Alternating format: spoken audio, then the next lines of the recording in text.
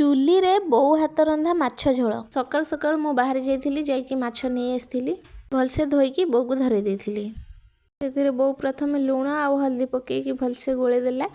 गोले देकी एपटे कढ़ईटा गरम करदेला गरम करके तेल पकईकी माछ गोटे गोटे कर पकईकी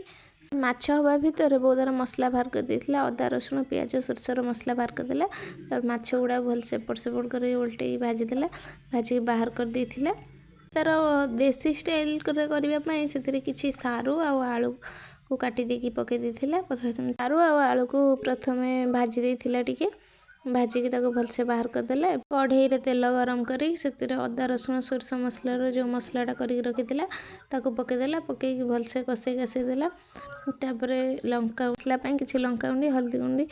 जीरा गुंड टिके गरम मसला को पकईकी भलसे कषि कषि देला तादर गोटे गोटा टमाटो पकईकी भलसे कषि देला कषि सारिकी से मसलाटा को भलसे कषिला टिके लुण पकेला तापर से भाजिक रखिथिबा सारू आलू को पकईकी भलसे कषि कषि देला कषि सारिकी से किछि पानी देदेला पानीटा फुटिबा को टिके समय छाड़देला पानी फुटी सारा पर से भाजिक रखिथिबा माछ गुड़ाक सब पकईदेला पकई देई टिके फुटिया पाई छाड़देला तापर बनीगला आमर सारू आलू पक्का देसी माछ झोल। जदि मो वीडियो भल लगे प्लीज सब्सक्राइब कर दियंतु।